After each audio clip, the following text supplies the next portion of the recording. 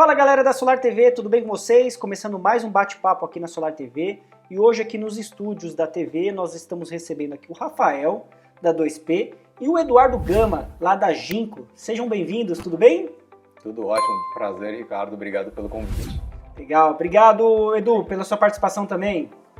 Tudo bem, obrigado Ricardo, obrigado pessoal, prazer aí estar com vocês.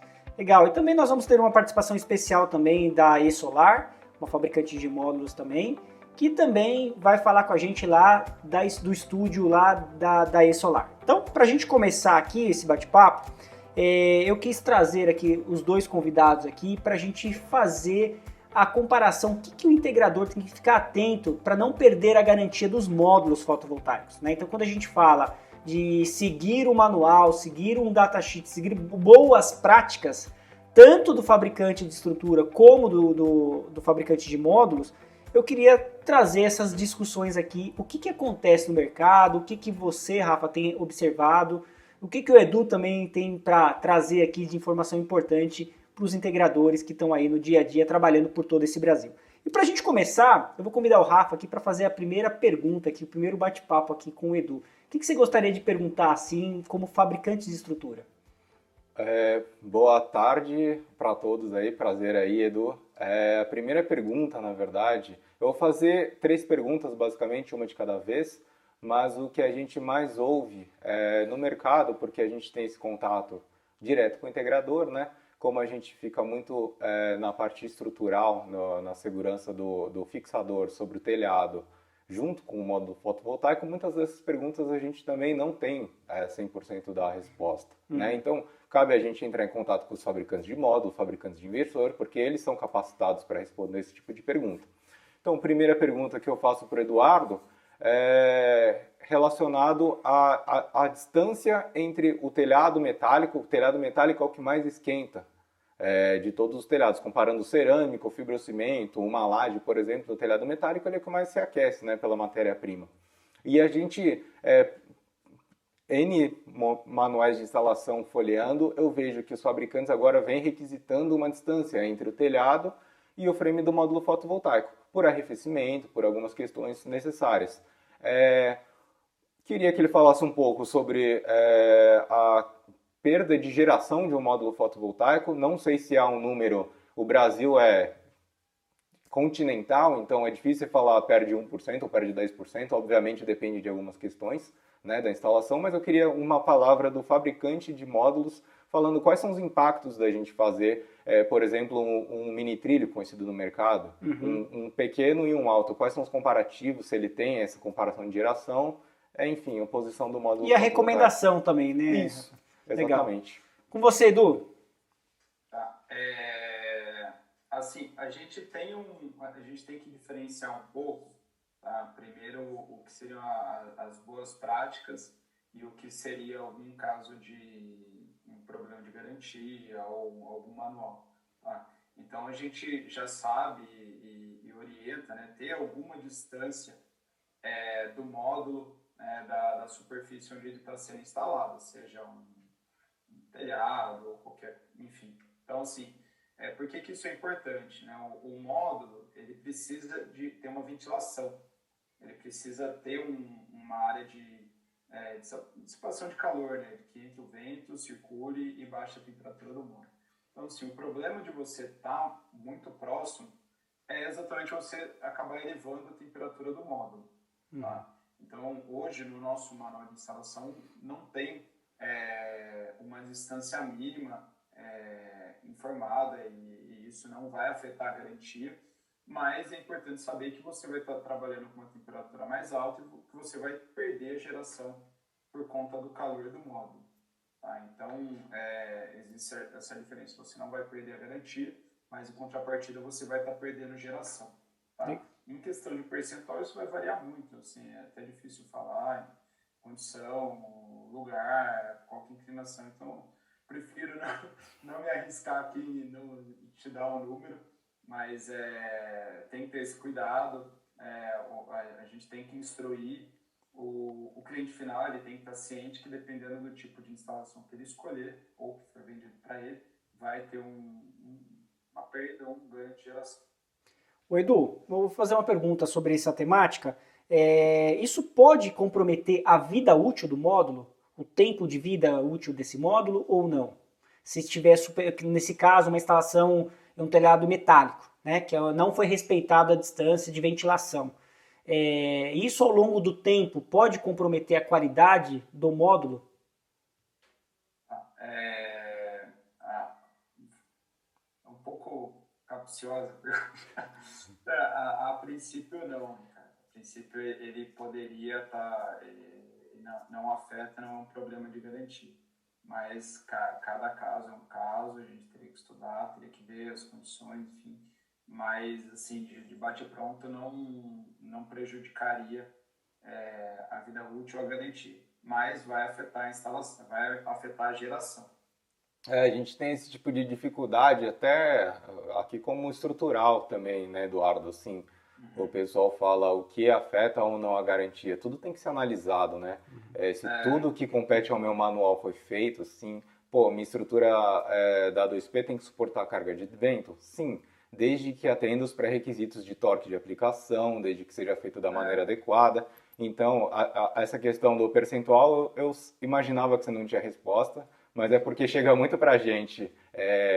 Pô, legal, eu posso distanciar do telhado, mas qual o percentual que eu vou gerar mais? Depende de tantas variáveis, né, que é quase impossível a gente falar de um número assim, fixo. Tinha que estudar um caso, né? Para você falar, não dá para você, é caso a caso. É caso a caso, não tem uma resposta pronta. Tá, então mesma pergunta a gente vai estender para o pessoal da E-Solar, que está lá no estúdio móvel, trazendo aqui as informações também. Oi, pessoal. É um prazer estar aqui novamente, compartilhando informações e experiências com vocês. Quanto à aplicação, nós recomendamos que realmente tem que ter uma distância entre a superfície do telhado e o painel para melhorar a refrigeração do sistema como um todo. E 10 centímetros é uma boa prática para esse tipo de montagem. Os painéis, eles têm características que mudam com a temperatura que o painel está operando. Eles são desenhados para operar em temperaturas ambientes de menos 40 até mais 85 graus, mas ele tem alguns coeficientes de alguns parâmetros com coeficientes de temperatura para potência, para tensão em aberto, para corrente de curto-circuito, que afetam a geração de energia durante a operação normal. Concentrando um pouco com o de potência, ou seja, ele é um coeficiente negativo, então ele tem tipicamente 0,4% por grau Celsius, e isso a cada grau Celsius que a temperatura no painel aumenta, ele foi caracterizado para 25 graus, então à medida que a temperatura ambiente aumenta e a temperatura interna do painel aumenta, ele vai perdendo 0,4% de potência. Isso afeta a geração total e tem que ser considerado na hora de fazer o projeto que o integrador vai fazer. O projeto do sistema tem que levar em consideração qual a temperatura ambiente que ele vai ter e qual o impacto disso na geração total de energia. Quanto à durabilidade, mesmo que você opere em condições fora do normal, não sei que exceda a temperatura máxima da junção do silício das células, não há problema nenhum, mesmo que opere um pouco mais alta, a temperatura esteja um pouco mais alta na operação, ele vai perder um pouco mais de potência e isso tem que ser considerado, mas a durabilidade vai se manter de acordo com as especificações que nós colocamos para a durabilidade do painel. Dando continuidade aqui, eu gostaria que você fizesse a segunda pergunta, Rafa, para o pessoal de módulos, né, os fabricantes de módulo aqui. Então, por favor. Ainda falando sobre a interação de módulo fotovoltaico versus estrutura, né, um item que é um acessório, na verdade, que muitos fabricantes vêm desenvolvendo, é a chapa de equipotencialização. Clipe de aterramento, que todo mundo chama erroneamente, eu acho, porque a proposta dele é que potencializar a fileira. Queria uma posição dos fabricantes, se a recomendação sempre é o uso, é recomendado você seguir a garantia do módulo fotovoltaico e há um furo disponível para fazer o aterramento. Sim, mas os fabricantes vêm criando um facilitador até para o instalador, tá? Que tem visto com bons olhos. E eu queria a opinião do fabricante, se há algo contra o uso desse produto. Tá? Obviamente, se o produto foi desenvolvido pela 2P e ele não for eficiente, né, numa descarga atmosférica, é responsabilidade da 2P, mas eu queria ver, assim, se vocês veem com maus olhos, se a 2P assumindo a responsabilidade ou qualquer outro fabricante deve ser, por um não sucesso, a responsabilidade deles. Enfim, eu ouvi mais da Jinko sobre isso e também da AE. Começando com a Jinko, pode falar, Edu? Que nem você comentou, né? É um acessório, acho que tudo que melhora a segurança, vai contribuir com o sistema de uma forma geral, é algo positivo, tá? Acho que tem que ser apreciado e tem que ser explorado, tá? No nosso manual de instalação, ele não contempla e ele não fala sobre isso, né? Até por a gente ter uma quantidade grande de possibilidades, de produtos, de diferentes qualidades, não tem como a gente afirmar e instruir referente a isso, né? O que o fabricante faz? Que nem ele comentou, né? Tem um furo de aterramento no módulo, né? Que ele pode ser usado, né? Ele tem instrução de como usar, que poderia, enfim, atender essa necessidade, dependendo de como for alocada a chapa, desde que não danifique ou não descaracterize o módulo, não teria algum problema. Tá? A gente acaba vendo, né, alguns casos de garantia que o pessoal reclama aqui, enfim, às vezes o instalador ele faz um furo, né, ou ele prende, fixa de alguma forma que não a correta e que é não instruída no módulo de instalação. Isso causa dano para o módulo, ele pode queimar a caixa de junção, ele pode gerar algum problema estrutural, tá? Então, assim, de uma forma mais objetiva, desde que a chapa de equipotencialização ela não desconfigure o módulo ou não danifique o módulo, eu não vejo problema, tá? Uma coisa curiosa, né, que se fosse feito o estudo do manual do módulo fotovoltaico, talvez ninguém utilizaria um parafuso para fixar um terminal, né? Porque é mais trabalhoso até você fazer a furação em cada frame do que você utilizar um furo que já está lá disponível para isso. Então... Ou seja, né, se manter a ordem e o bom senso de você não furar o painel e manter o que já está lá, ok. Seria né? mais fácil e rápido do que colocar um parafuso. Procura, né? Quer inventar, quer inovar. Como tudo, né? Qualquer produto no mercado, se você quiser tentar fazer coisas que estão fora do que o fabricante está propondo, tá errado. Né? A famosa gambiarra. E no mercado celular tem um grupo só sobre isso, né, pessoal? A gente acha isso direto, então a gente está dando risada aqui, mas é o mais comum que a gente vê por aí. E também essa mesma pergunta a gente vai fazer para o time da E lá no estúdio. A Solar ainda coloca nos manuais de montagem uma recomendação de um furo onde pode ser feito conexão para a equipotencialização dos painéis no sistema, mas nós estamos vendo e já testamos algumas soluções que os fabricantes de estrutura estão introduzindo no mercado que tem uma eficiência muito grande, não cria nenhum dano, não danifica o painel e facilita a conexão dos cabos ao painel. Uma montagem, em alguns fabricantes, a montagem é muito rápida e extremamente eficiente. Nós já avaliamos algumas delas e são soluções que nos parecem muito eficientes. Elas também algumas delas trazem um segundo benefício, que é reduzir o tempo de montagem do painel, o que é um ganho de produtividade para os integradores. Agora voltando, Rafa, eu queria que você desse continuidade aqui na próxima pergunta aqui para o pessoal da E e para o pessoal da Ginco. Beleza. Minha terceira e última pergunta para o Eduardo a gente tem recebido uma demanda muito grande de módulos cada vez maiores, né? Potências maiores, mas também dimensionais maiores, mais largos, mais compridos.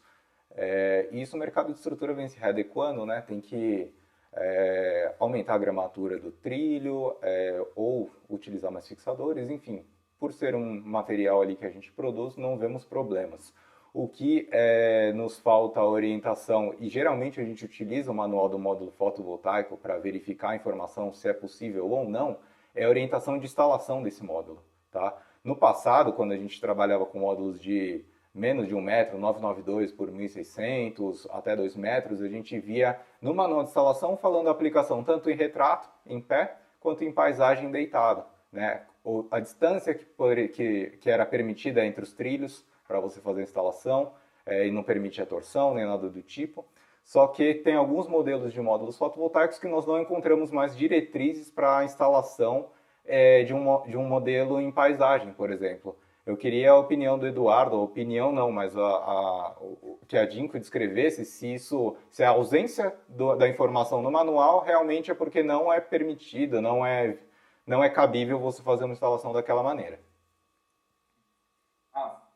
Sobre isso, né, a gente não pode generalizar e falar de todos os módulos, porque cada módulo tem uma configuração e uma estrutura mecânica. Então a gente tem que separar um pouco e nesse assunto específico a gente vai ter que analisar módulo a módulo.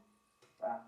A gente vê no mercado cada vez módulos de potências maiores e como a gente pode acompanhar a potência dele, se deve a maior quantidade de células e de células um pouco maiores. Tá? Então, a gente saiu de 400 watts, 330 para 600, com uma célula de tamanho um pouquinho maior e o maior número de células dentro do módulo. Tá? Então, por conta disso, o módulo ele aumentou de tamanho. Então, alguns módulos aí já tem 2,40 de altura, tá? O que a gente mais vê no Brasil que é entre 1,90 até 2,20, tá? E a gente já não vê aqueles módulos menores, assim, muito pequenininhos, 1,75, tá? Esses módulos menores, tá? Eles permitem que você faça a fixação na parte menor do módulo, né? Então, tanto na parte de cima quanto de baixo.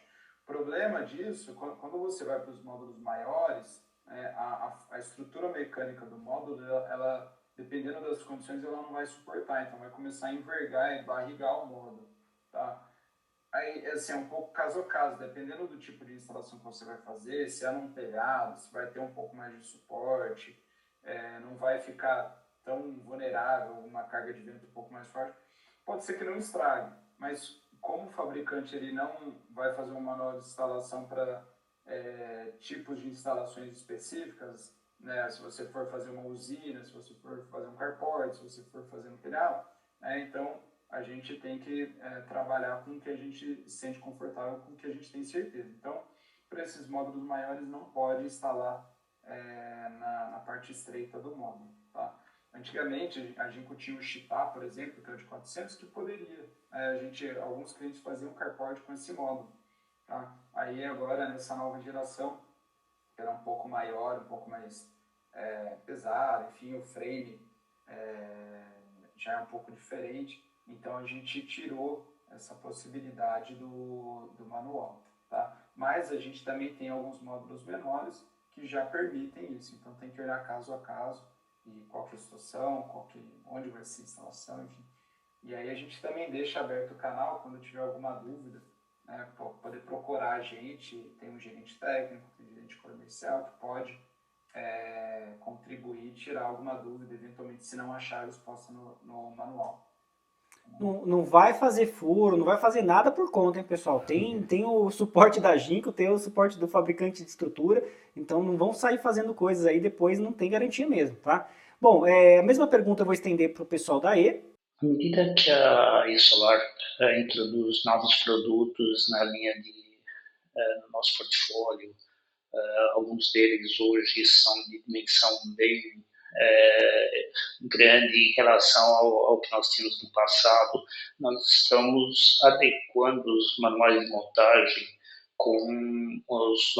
para os novos produtos, fazendo algumas recomendações da melhor maneira de montar e garantir que a robustez do painel na estrutura e, ao mesmo tempo, que não ocorram que mantenha a planicidade sem criar estresse para as células. Quando um projeto é desenvolvido, existe o painel correto para a aplicação correta.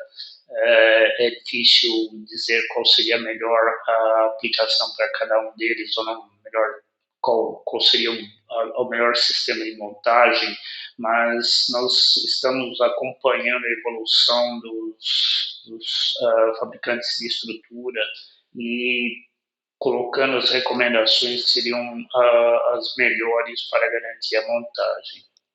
É lógico que painéis de grandes dimensões, como uma altura de 2,40 metros até um pouco maiores, são os painéis que você tem uma certa dificuldade de manuseá-los no telhado ou em uma superfície que você tem que elevar o painel e operar, manobrá-lo para colocar na posição correta.